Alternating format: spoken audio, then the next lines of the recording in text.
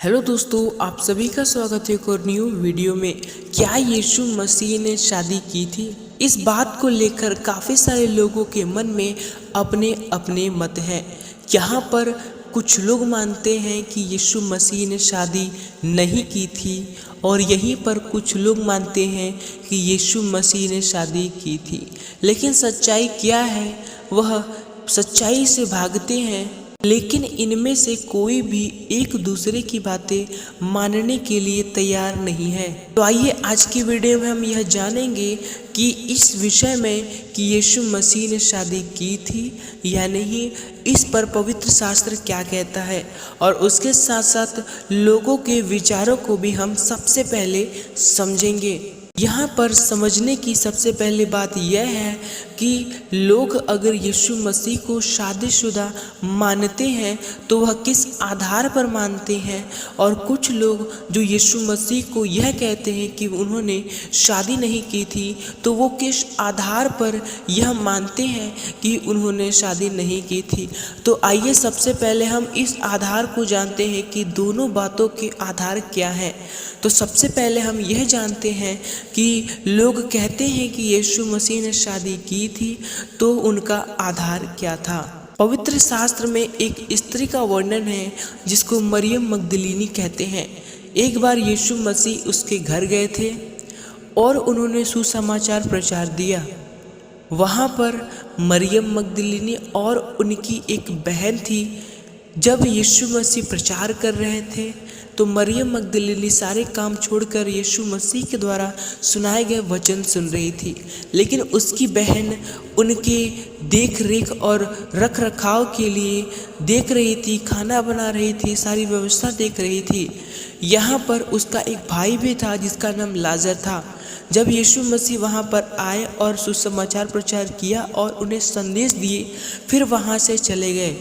और उसके कुछ दिन बाद यीशु मसीह दोबारा वहाँ पर आते हैं तो उन्हें पता चलता है कि लाजर का डेथ हो गया है, लाजर मर गया है। हालांकि यीशु मसीह को यह पहले पता था, लेकिन वहाँ पर पहुँचने के बाद उन बहनों ने यीशु मसीह से कहा कि देख, लाजर मर गया है और अगर तू यहाँ होता तो वो न मरता।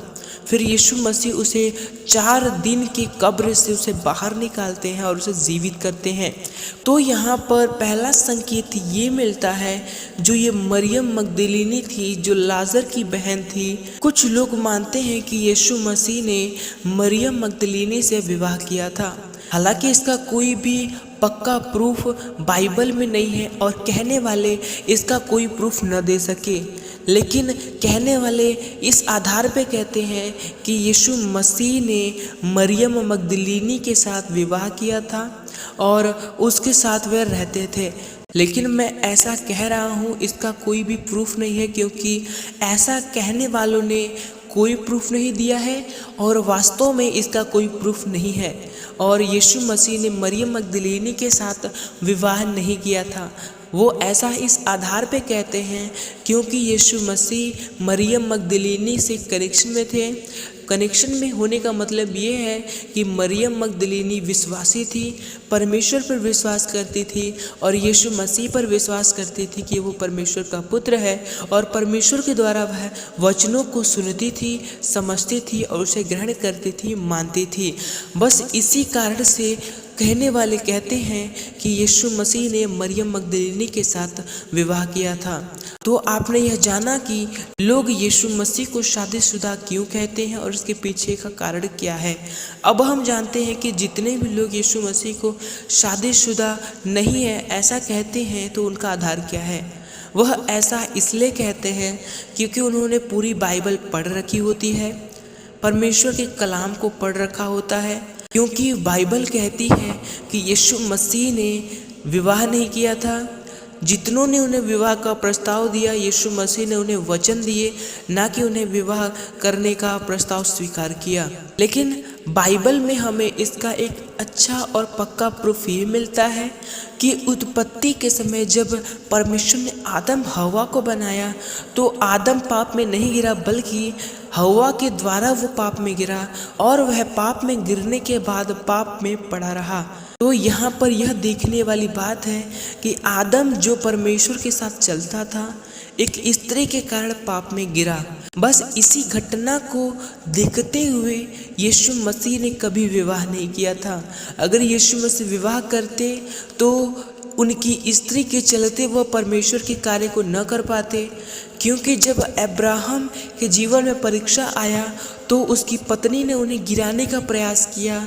जब दाऊद के जीवन में परेशानियां आई तो उसकी पत्नी ने गिराने का प्रयास किया। वैसे ही जब यीशु मसीह विवाह करते तो उसकी पत्नी परमेश्वर के मार्ग से उसे भटकाने का प्रयास करती। बस इसी बातों को लेकर यीशु मसीह ने विवाह नहीं किया था।